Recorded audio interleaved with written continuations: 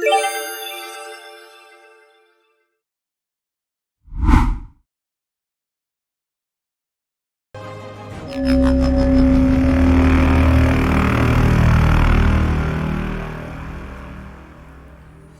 the peaceful world of Ember, the Alliance of Nations prospers, free of scarcity and injustice, a utopia for all. This could all be destroyed when the Galactic Empire invades. All that stands between the Empire and the Alliance are the brave adventurers of the Exploration Corps, searching the galaxy for allies and technology. Power to defend the Alliance. Power to protect Utopia.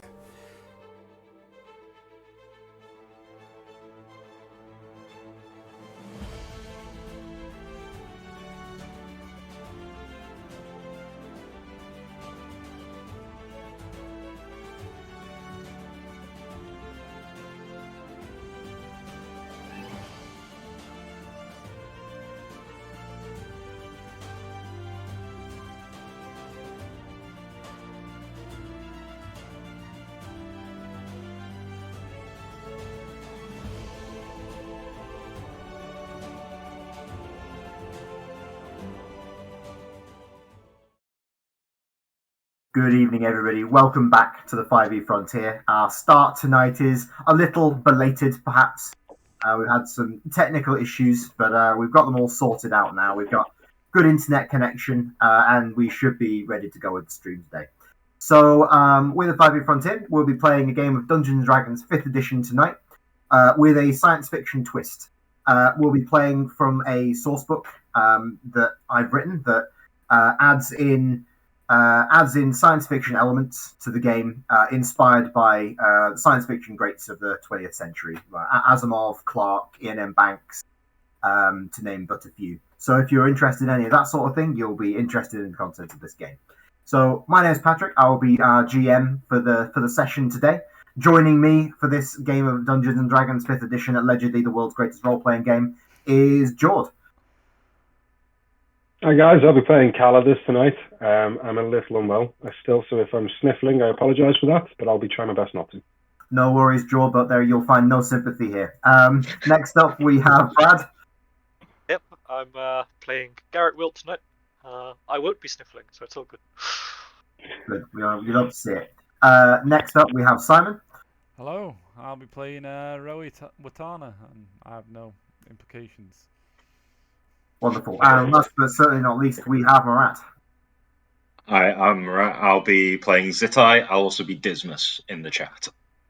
Wonderful. So, we find our four adventurers stranded on an alien moon that is entirely uncharted. Their ship was shot down when they arrived by some sort of hypothesized defense system, perhaps left from an ancient culture.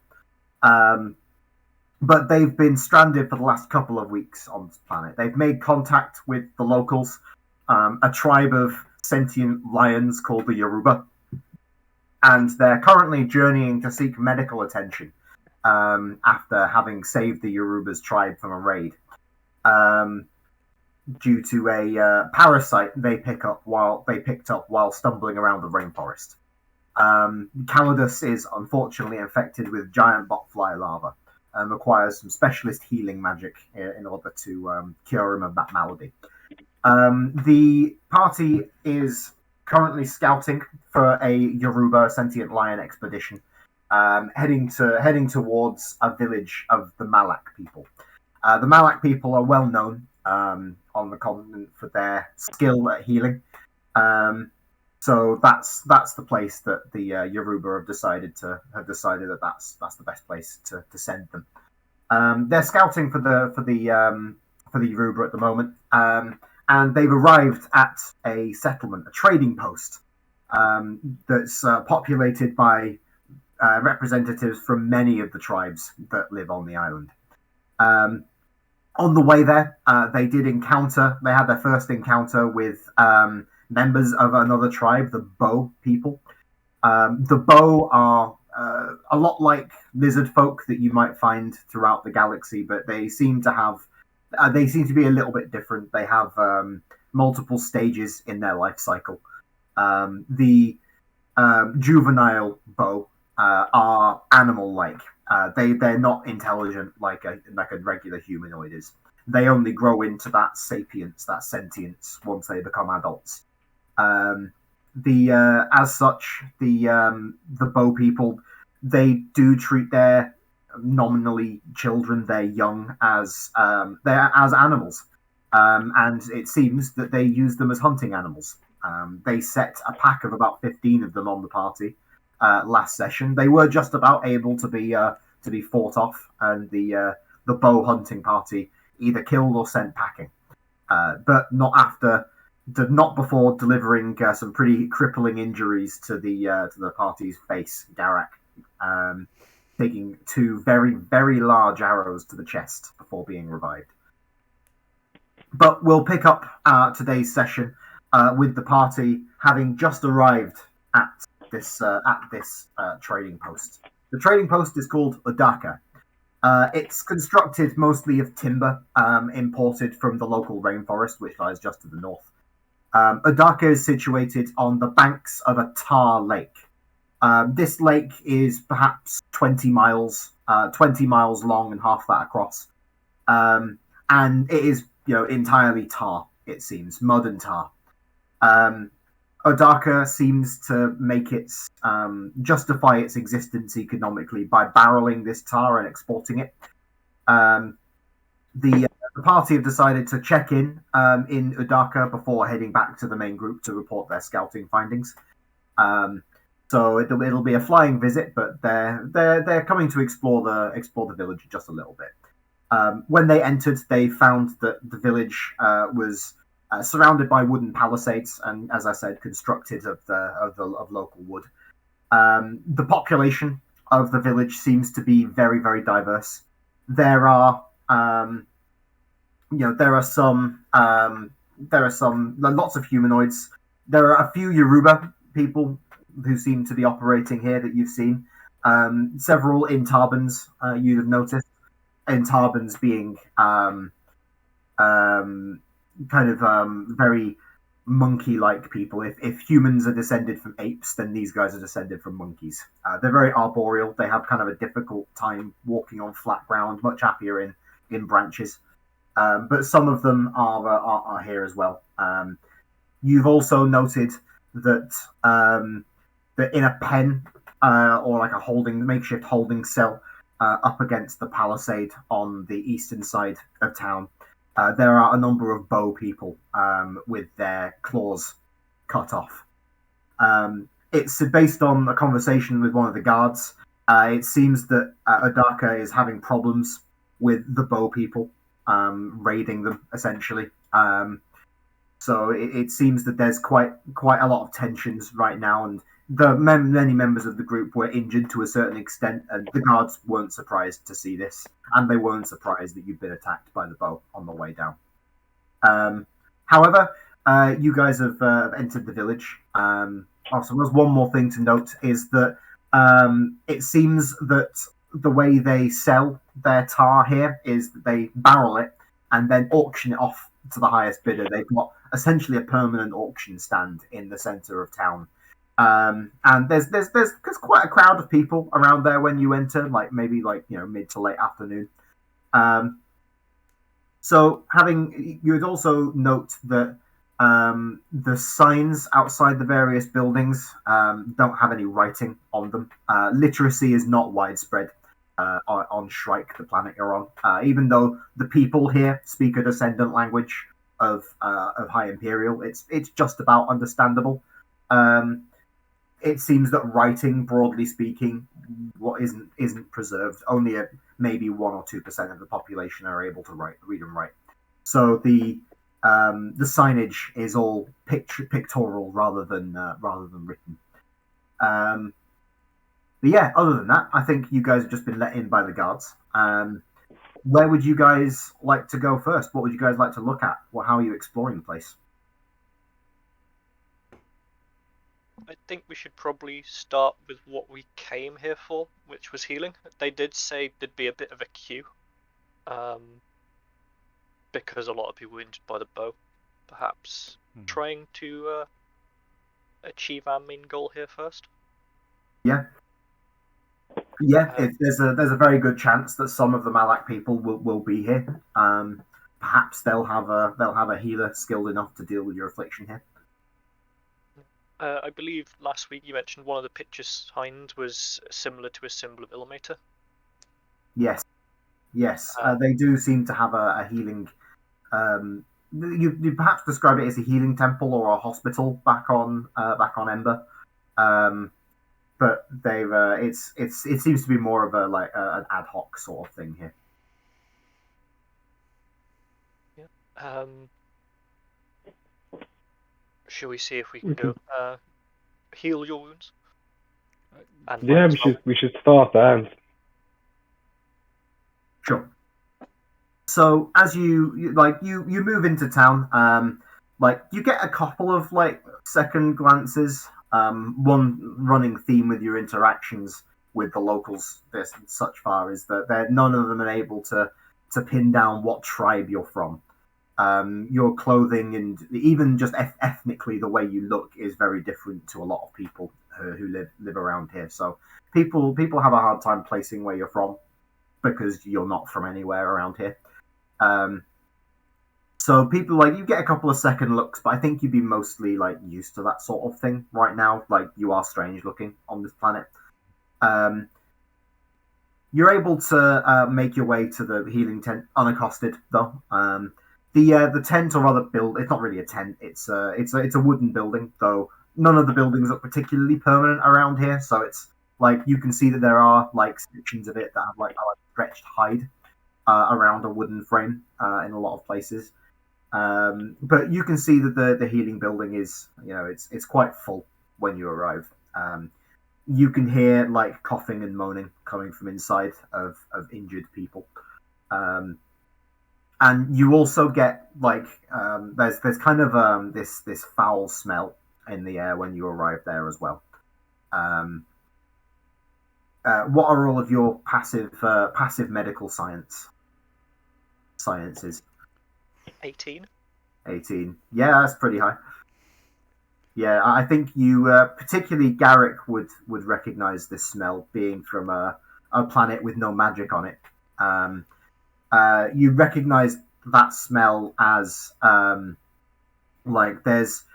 are wounds that have gone bad in there, quite badly infected, and it's got that smell of a hospital that isn't remotely well staffed enough.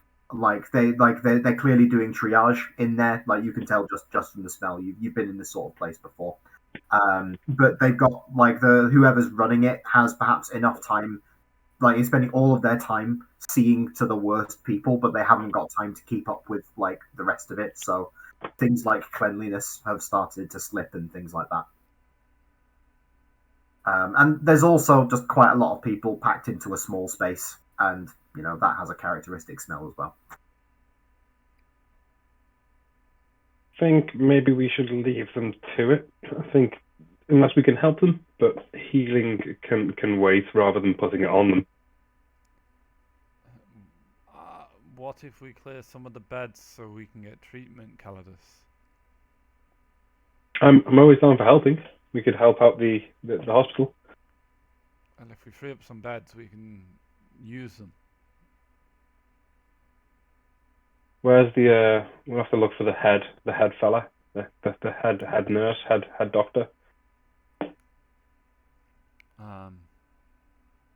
I'll just look at Garrick who looks in charge? Yeah, I guess let's go have a look around. Look for anybody tending patients, I guess. Yeah. So as you step towards the building, you note that there's you see a couple of people coming around the corner to your left, carrying some a bolt of cloth. They're walking as if they're they're drunk, perhaps, these two people carrying a bolt of cloth. But you can't after doing a double take, you'd notice that they're actually not people. They're zombies. They're animated corpses. They seem to be embalmed. They seem to be quite well preserved. It seems that their they had like their flesh is wrapped in a kind of cloth that looks treated somehow, presumably some kind of preservative. But they seem to be able to do manual labor. Okay, they ignore you unless you want to interact with them at all. It looks like they're going to go into the healing building. Follow the zombies. They need a lot Yeah. of help. This is the problem. This is why they got so many beds taken up. Trying to treat zombies. Just Yeah. not gonna work. It's an endless affliction. Like, here's the thing, though. Like, if they fail at their job, at least he's got a new helper. I mean, some would say that they're incentivized to fail at the job. I mean, we might find out. So, Yes, let's hope they don't see it that way. are you stepping over the threshold then, Brad? Is Garrett going in? Yeah, I'll head in. I'll I don't know, pull my top up over my nose because it's probably going to smell worse inside than it does outside. Yeah. Heading up and stepping inside, you can smell quite strong incense coming from in here. It's myrrh. In fact, that's the smell, like the incense they're burning. They looking around.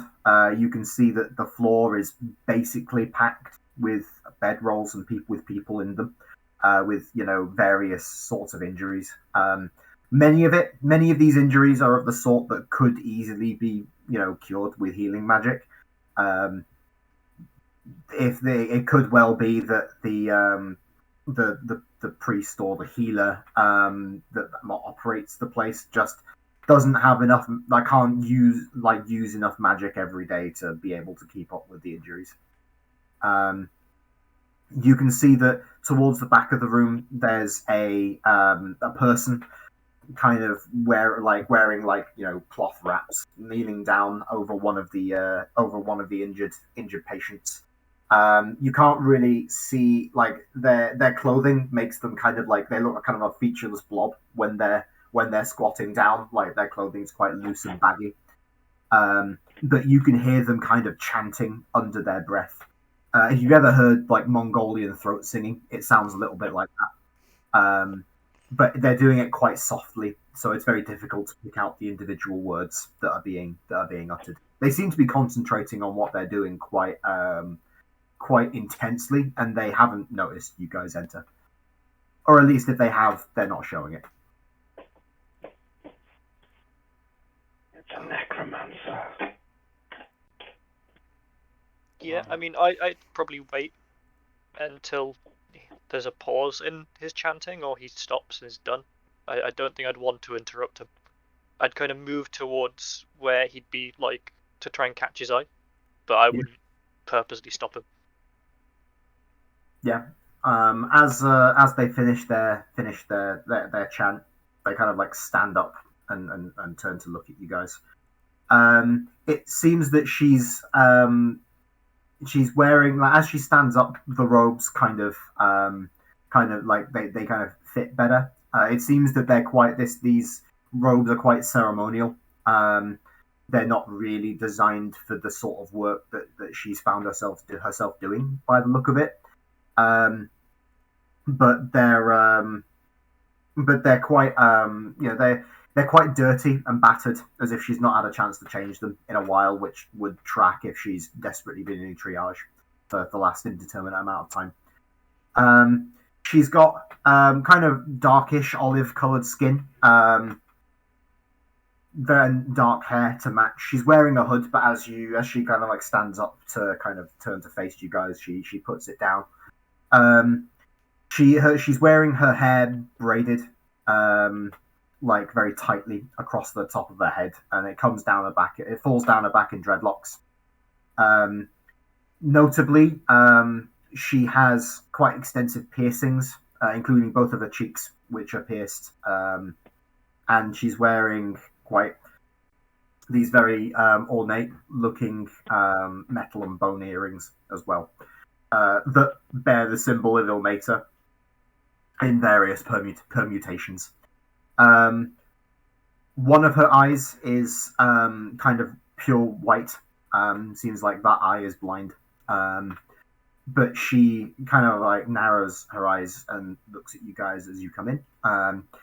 She says, "I'm afraid that I don't have any more beds, gentlemen.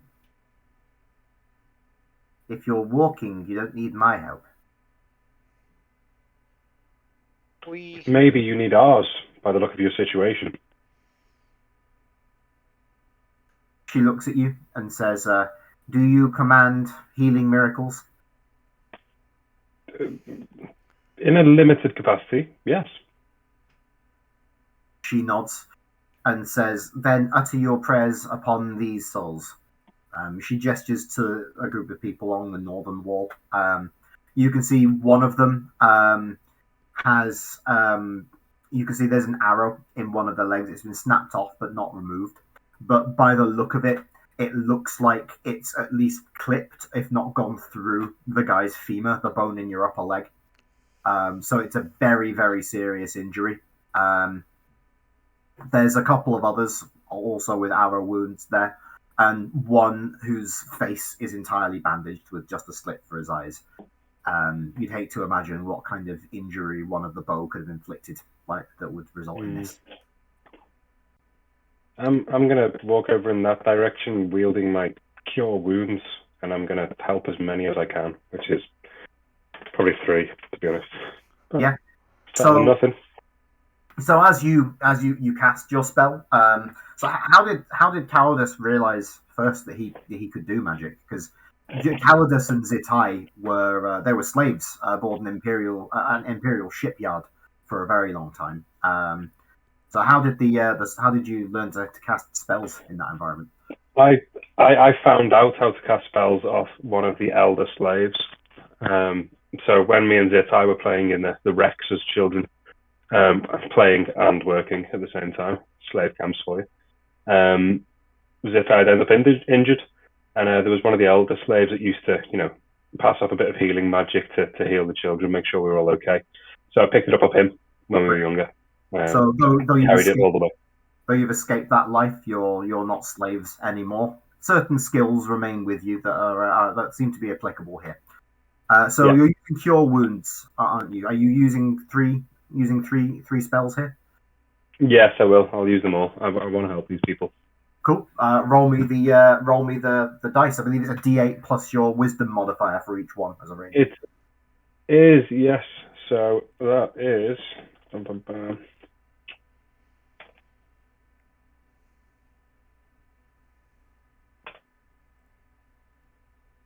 It's not great. It's a 3 and a 3 and a 1. So I'm healing 5 on 2 and 3 on 1. Yeah. I mean, it's as you go to cast your spell on the man with the arrow in his leg, she quickly kneels down, removes the arrow, much as you did with Garrick last week or earlier today in this continuity. With the arrow removed, the wound heals up. The wound heals up without including the arrow in his flesh. Probably a good distinction. She says, "It seems that the bone has not fully knit, but it seems that the worst part of his recovery has been skipped." Glad to have helped. Yeah, using the other 2 spells on a couple of the other more grievously injured patients. Once you're done, she assesses their new situation, and then says, "Thank you, traveler. I am in your debt, or at least these 3 certainly are." Look at them like that. Say you're welcome. You're very welcome. Yeah. But it's no problem at all. We're here to help. Yeah, she stands up to her full height. She's very tall. Many people on Shrike are quite tall, as it's only a moon. It's quite small, so there's low gravity here. But she stands up to her full height and then takes a cleaner than everything else cloth out of one pocket and cleans her hands a little bit on it and says, "I'm afraid that I haven't introduced myself. Ramanathan. I am a priest, a healing woman." It's nice to meet you. I'm Calidus, and these are my friends and my travelling party. I've gestured to the party to introduce themselves. Oh. Hi, I'm Rowie. Yeah, hello. She just nods. Says, "Well, if I appreciate your help, but unless if you want to continue continue in a more mundane fashion, you're welcome to help. You're clearly quite capable in this regard."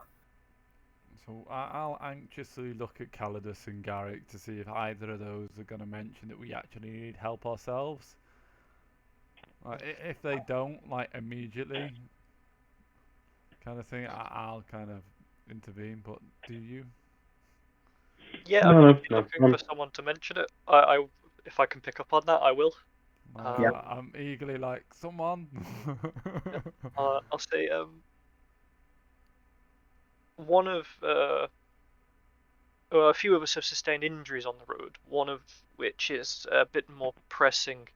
We were wondering if you could perhaps help us with that, as our magic wasn't able to deal with it properly, and then perhaps we can help in a more mundane fashion here to lighten the load, so that you can spend some time doing that. What do you need? I'll strip and point to the botfly bites like this. Yes. Yeah. So she looks at the bite on your like lower torso. Now that you're looking at it, you can't feel anything that like it doesn't like feel painful or itchy or anything. But now that you actually you remove your top and look down there, holy shit! Like it's kind of yellowish and inflamed. It's like yellowish in the middle and inflamed around the edge, and there's kind of a lump there about like the size of a fist. Botfly, help! She says, "Ah, yes, you only have a few days before this, before they pupate." She rummages around and said, "If you'd caught me a week ago, then I could have helped you now. However, I do not command the spells that are required at present. However, I will give you an ointment that should slow the spread." Could I have one too, please? She nods. Says, "Come back in an hour. I will need some time to prepare the concoction." Would you mind if I helped? Are you an alchemist? I know a small amount about non-magical versions of healing. Anything else I can learn, I would be most grateful, just in case this happens again. I'm an You may alchemist, observe. technically. I do chemistry. When you say chemistry, like that's not a word that they have here. It seems. It seems that they interact with the world in a much more spiritual way than a scientific way. But yet she says you are willing, you are welcome to watch the preparation, but as you are not alchemists, it is best that you do not interfere. Of course. I'll nod. I'll take out a notepad and like get ready to write everything she does. Yeah, she says. She looks down and says, "Ah, you have letters." Yes, I find them useful to remember things. Perhaps you should just get better at remembering things. Yeah, I always forget to do that. Yeah, she kind of smiles in like and acknowledges the joke, but it doesn't reach her eyes, and she doesn't find it funny. That's fine. That's fine. Rowie isn't a charismatic character. That's fine. But she's got a strong box at the back of the building that she opens up, and she starts mixing various reagents. Takes some herbs and grinds them up with a mortar and pestle, things like that. But it seems like the process is going to take her, about half an hour. So while Garrick and Rowie are observing this happening, what about Calidus and Zitai? What are you guys going to do? Well, Calidus is going to go a bit OCD on the room and try and clean things up, make things a bit more organized, so that when she gets back to healing these people, she can do it in a much more organized way. So I'm gonna clear any debris, any old cloths that aren't being used, any blood, any other body fluids that shouldn't be there. I'm on cleaning duty for the room for the hour, and quite happily so. Yeah, sure. What about Zitai? I will take directions from Calidus to do all the heavy lifting. Yeah, there's not a great deal of heavy lifting, but what there is, you can do. Well, the zombies have to do something. Like, this guy's just a big zombie. At the moment, the zombies are standing at the side of the room facing the wall. There you go. Yeah, they're in the naughty corner, so I need to help. Sure. Can I quickly ask about the zombies and say what's the story with your helpers? They look like reanimated corpses. Be quite blunt with it. She kind of cocks her head and frowns at you and says, "They're reanimated corpses." Is that commonplace in Otaka? Or it is not, but among my people, the Malak, it is one of the higher honors that can be bestowed. Those that serve the tribe well in life are elevated to that position to continue serving it in death. Sounds very, very efficient. I like it. She nods. I'll respectfully sort of take a bow towards the zombies and get them on cleaning. Sure. So yeah, that happens. I don't think we need to make a roll for the cleaning. That can just happen, as well as the heavy lifting. You watch her mix this. You watch her mix this tincture, perhaps you could call it. It's like there are some, like, as you're examining the ingredients she's putting in, could have either a medicine or chemistry check to see how much you guys can recognize. Either one would be applicable. I think I'm gonna have to go for chemistry on this one. I mean, I think in this situation, Rory would probably be looking at the chemistry of it, whilst Garrick would be looking at the medicine side of things. Yeah. You're muted there, bro. No worries, thank you. I got a 19. I got a 12. Okay, so looking at the sort of things she's adding, there are a few things. There are a few like herbs you recognize that have like antibacterial properties. A couple of them. One of them you note has functions as a mild painkiller. There's a bunch of stuff she's putting in there that, to your knowledge, just doesn't do anything. There's like she puts like some kind of reptile's eye in there at one point and grinds it into the paste she's making. You're pretty sure that doesn't do anything, but there are some things in here that do things. You need a bulking agent, like something to make it kind of more efficient, and it's like pasting over people, Yeah. Maybe that's something to help it stick. Yeah. Like butter.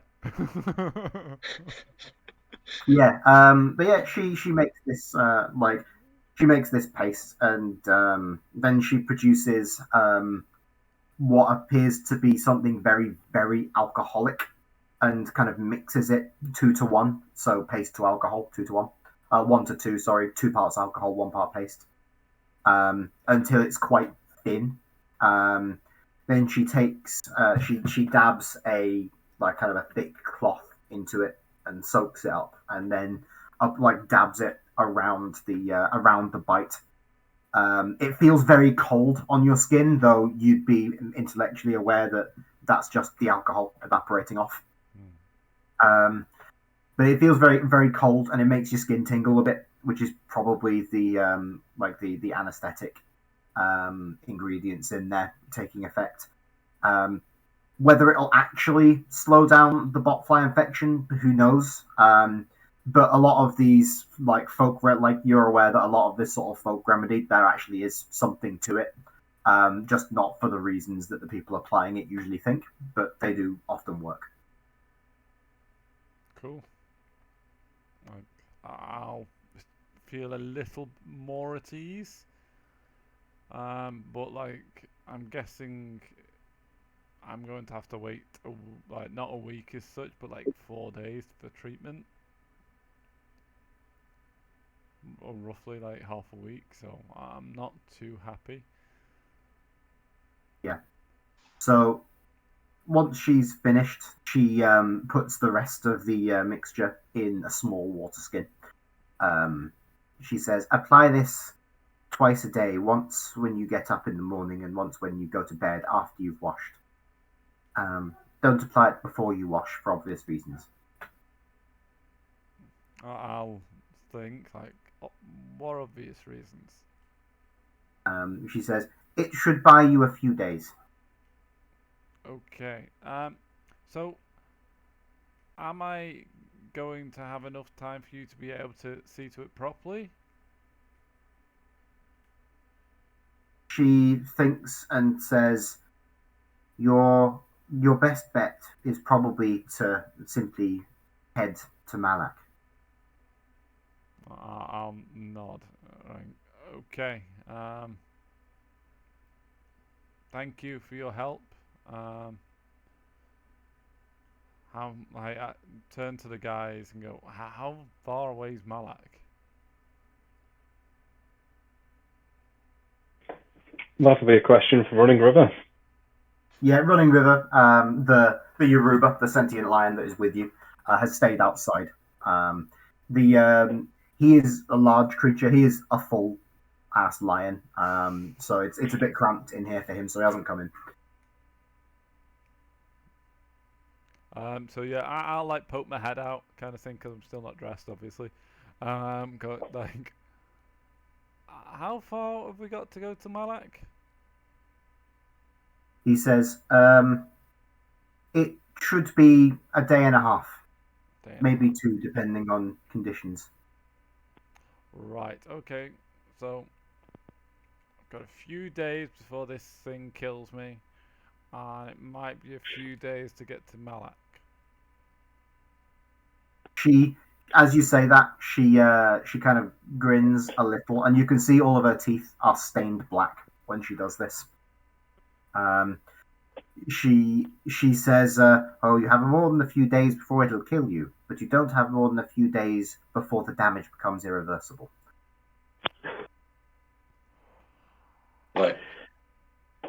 Zitai's just going to look between them and then, keeping locked eyes with the rest of the party, just point behind him at and go, I like her. I like her. I don't know. Well, I think we've got no time to waste in getting to Malak, then. Quick explore of the village and then back on the road, I guess. We're supposed to be going back to the tribe because we were the scouts. Calidus. We can make it back to them. We can make it back and back to Malak. Duty becomes before We've got exploding time. Bodies. Yeah. We've got time. I hope we've got time. I'm wondering if there is a faster transport.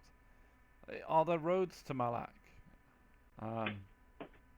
Ramathium. She kind of thinks for a moment, turning the word over in her head, it seems. She says, I'm not. That is archaic word, I think. Um, sort of a man-made river, I believe. Yes, a track. That would fit a cart.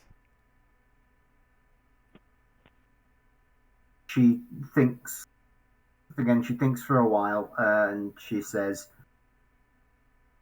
"Anywhere you can't take a cart, you take a boat." Yes, but can we take a cart? Carts are much slower than boats. Why would you take a cart?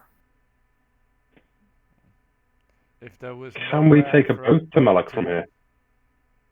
Yes, the typical trade route would take you a couple of hours north of here to a river, um, and then you would sail down the river to Bola Bao, a lake a little east of here, and then you would traverse that through another river to the sea, and then from the sea you travel south down the coast and arrive at the lands of my people. The first town you would encounter is Tanaroa.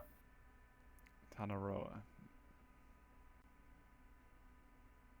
Sounds doable. Do you know of any wind singers in town? She thinks. She says, "Ah, the sea people are not welcome here." That tracks. That tracks, but can anyone cast their spells? She shakes her head and it says that magic is hereditary.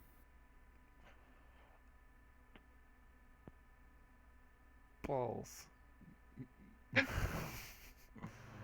I'll like grit my teeth, sit down, and like start thinking hard. Like, how can I get there faster? Like, we've got time. We've got time, Rowie.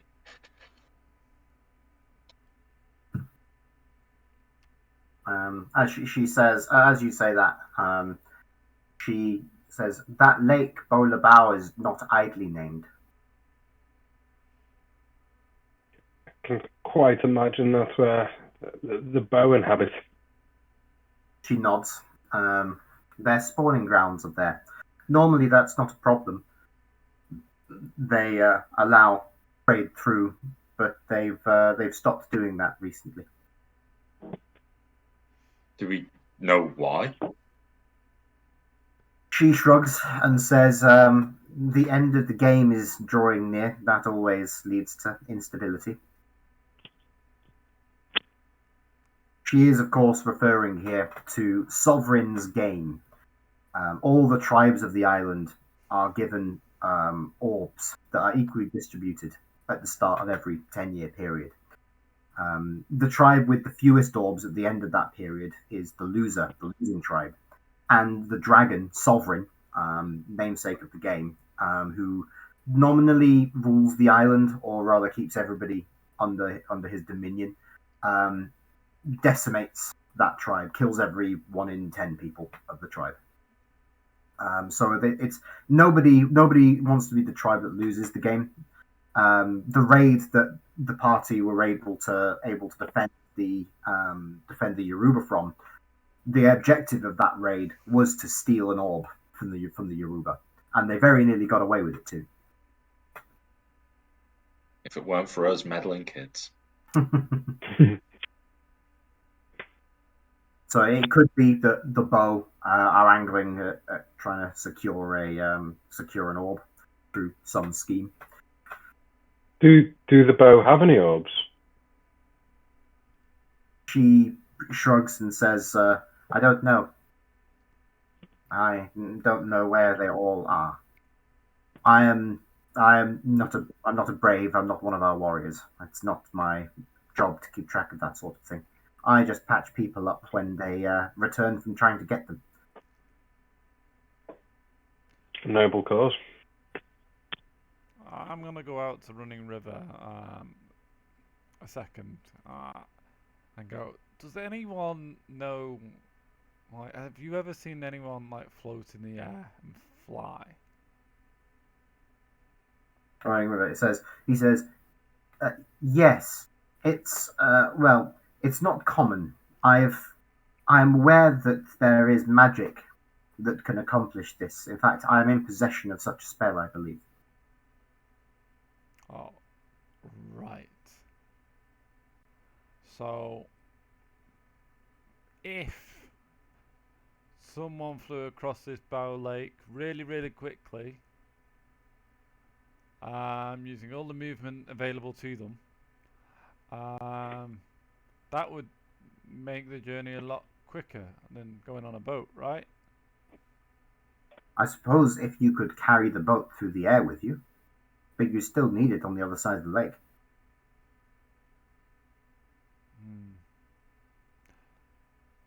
So I'll try and kind of theorize with Running River how far the distance is and how far a fly spell would get me before I have to track through the woods.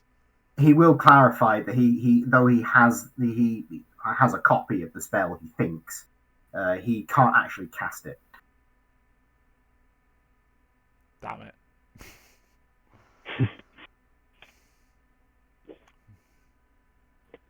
I was thinking. Is there a direction in as the crow flies? What would be the quickest way to your town? She says, as you say, crow flies. It is a journey to the southeast of here, not to the north. However, if you were to walk there, the terrain is first boggy, then steeply hilly, and then densely jungled. Though it is a much shorter route, I impress upon you it is not a faster one. Okay, I will take that advice.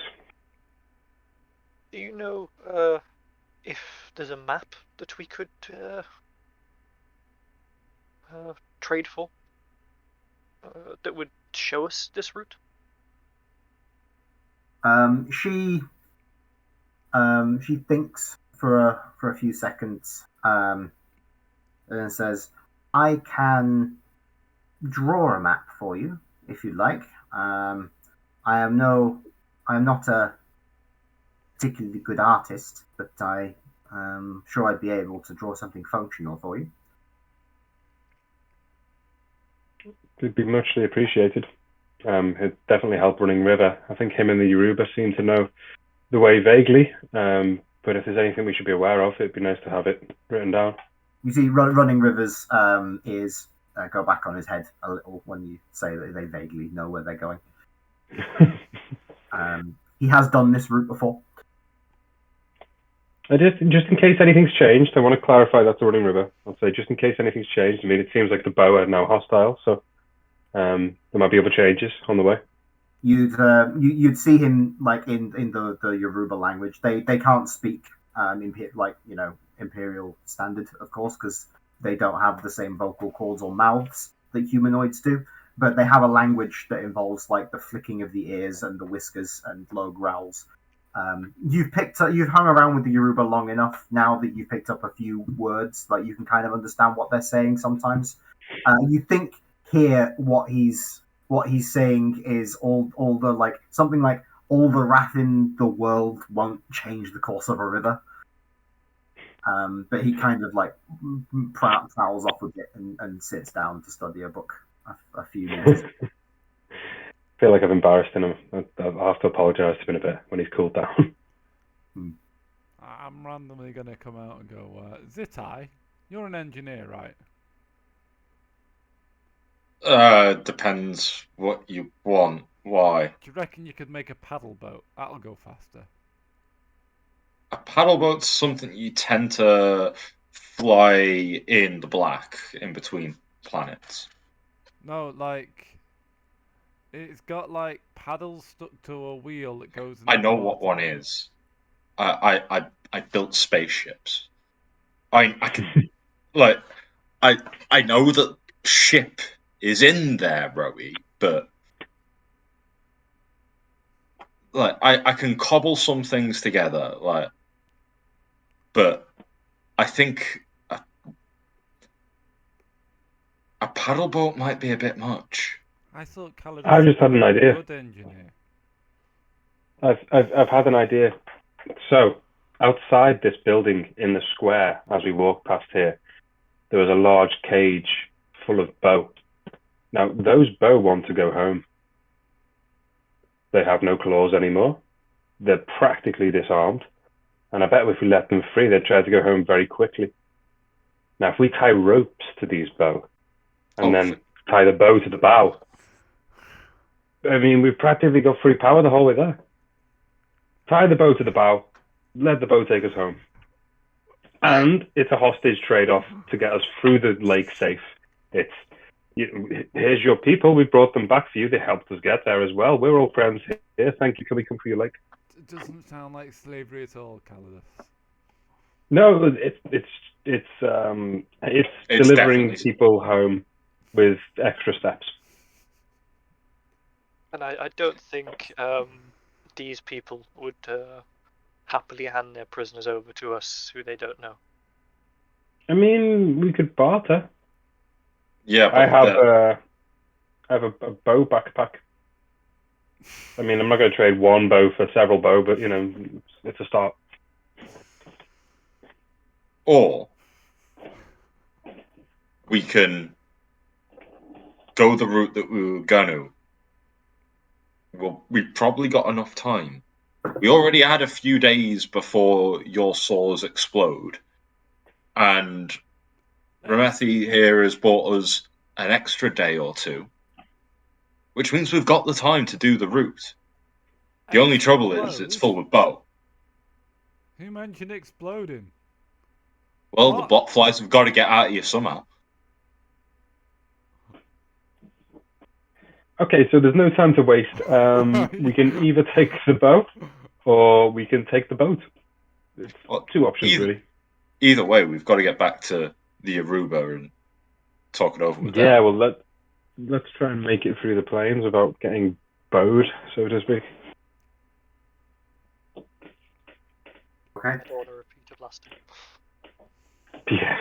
You don't want two broomsticks sticking out your chest again. Yeah. Are you guys heading back to the main expedition then to bring them news of the route? Yeah. Unless there's anything anyone else wants to particularly acquire from town or look around for. Paddle boat. I think the town seems pretty straightforward, doesn't it? We've got a cage full of bow. We've got a big auction trading point. We've got a hospital, and I mean, it could be worth looking for other buildings. But I assume there'll be some kind of tavern. There is indeed. It is the most popular building other than the hospital at the moment. There we are. So if we need any information, I guess that's the place to go.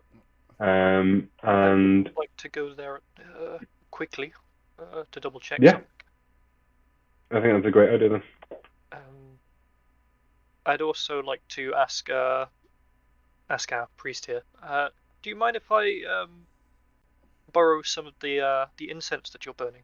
I'll happily trade for it if need be. She says, "It is a holy incense. Are you a priest?" I'm not a priest myself, but I know it will come in useful if we find another priest that needs it for healing of my friend here. It is very expensive. You understand?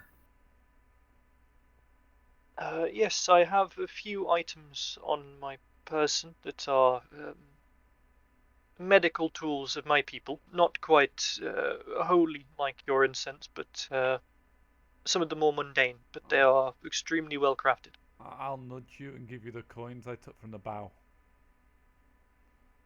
And we have, I guess, small bits of coinage. Not sure if they'd work here, though. She says, "As long as it's sky metal, it'll work here." Okay. Yeah. Attempt to kind of barter a trade. I don't know how much she wants for it, and I don't know how much it'd cost. We don't know. And we how also worth don't know the how much the coins are. currency's worth. Yeah. Yeah, we don't know how much the currency's worth, so I guess Well, like I'll show her it's the worth coin. nothing to us. So. Yeah, I'll show her the coin, see if I can gauge what she feels with that price, and then kind of add bits from my medical kit on top of that. If Sure. need. She looks at the coins, turns one over. She takes a tool, like a small like flake of adamantine. It looks like embedded in like a little like knob-like handle. She takes one of the coins and then, in a very kind of precise and practiced way, she makes a gouge in the steel coin with the adamantine. She looks closely at the little tiny shaving of steel she's taken off, gauging its size by the look of it. She says, "They're quite hard, so they're worth quite a bit. You'll be able to get perhaps a couple of grams of myrrh with this. That's not going to burn for very long, though. If you want more than that, you'll need more value than these coins contain, I'm afraid. Even though these coins are a handsome sum." If you had to put a sum on these coins, how much would it be? She looks at them and she looks at you and says, "I don't know. It's sky metal. What more do you want?" I was hoping that there'd be some denominations to each coin. Yeah, I mean, looking down at the coins, like they've kind of been cut by the look of it into vaguely the same shape, but there's no minting marks on them. Like they're just coin-shaped pieces of metal, essentially. It seems like Sovereign does not actually operate a central bank on Shrike. It would seem. So there doesn't seem to be a proper currency. It's just that this commodity, this sky metal, comes in. It's quite valuable, and it comes in, small chunks that you can trade. So it is kind of a de facto currency, a little bit like gold coins were used back in the olden days on Ember.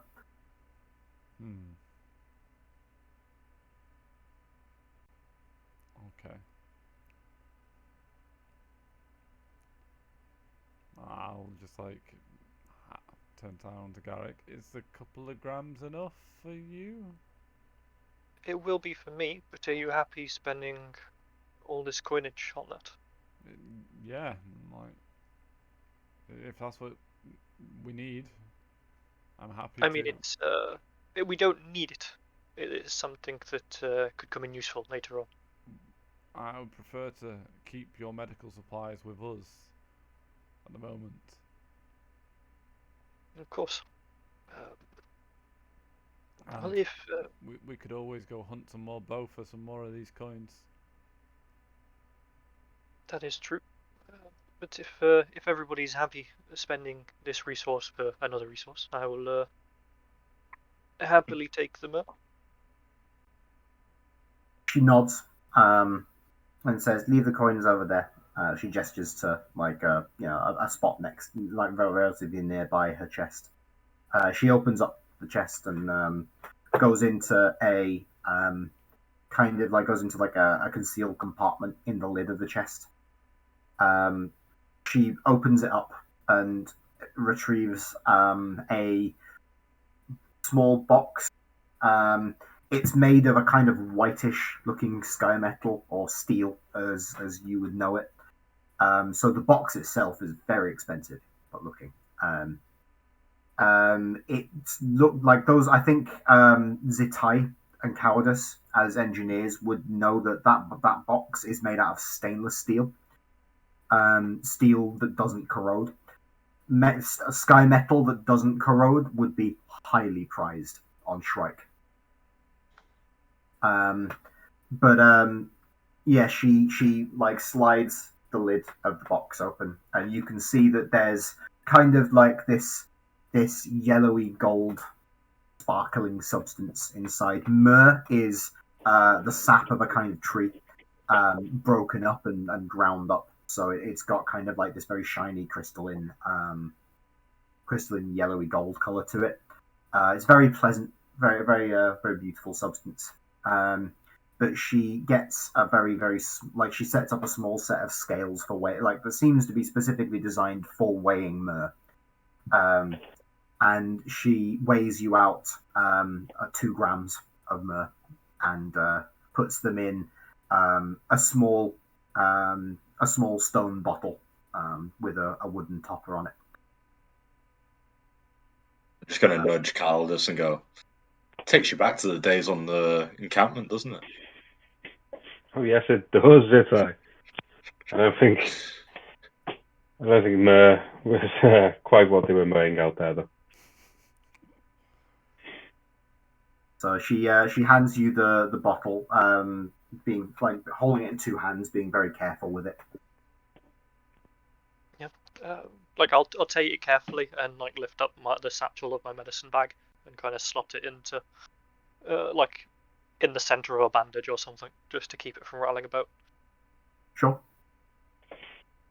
So yeah, you have that in your medical bag. You've got 2 grams of myrrh. Yep. Thank you. Are we returning here with the entire group, or are we heading straight to the river, do you think? Ask Running River. He will know. Okay. Well, I guess thank you for your hospitality and your help. Hopefully we'll see you when we've healed. She nods and says, I had no doubt that you will. Before we leave, is there any customs that we should be aware of with your people? I wouldn't want to enter rude whilst asking for healing. She thinks for a moment, says, we are not a particularly sensitive people. Brilliant. That works for me. All you need to consider is not to defile the dead, though you seem to be showing a healthy amount of respect. I'll extend my hand to say thank you and leave. Do you what? Sorry. He just looks at it. That works for me. Yeah. I'll sort of extend it and, not be rude. It's just like okay, thank you. And off. She's a doctor. Leave It's all it about the elbows. We should know this by now. I'm not going to extend my elbow. There you go. So yeah, you guys head off. Are you just heading out of town, heading back to the main group? Yeah. We'll pop to the. Tavern. We'll pop to the tavern first. Yeah. Okay. As you're on your way over to the tavern, I think you guys would notice, particularly Rewi would notice this, as he's very perceptive. You would notice a couple of the bow in the cage to the north side of town. As you cross the road, you get a clear look at them, and they get a clear look at you as well. And like they recognize something about you, just looking at them. They're looking at each other. Then like a couple of them are pointing at you, and they seem quite excited. It seems that they recognize you, or at least the clothes you're wearing. Is it not just my backpack with one of their children on my back? Are they not excited about that? Could be, but you were still in the medical building when Zoe noticed this and stepped out yet. That is weird. They may have seen more of our people. Yes. I wonder if they speak common, or at least High Imperial. I think it's worth investigating. There might be some trapped people in the bow camp. As you opine this, and you make your plans as to whether to talk to the bow prisoners or not, I think we'll call a break there. Go grab yourself a drink. Go grab yourself a biscuit, folks. I certainly will be. And we'll see you back here at 1:15. We'll take 10 minutes. Until then, we've been the 5e Frontier, and we shall see you in a few minutes.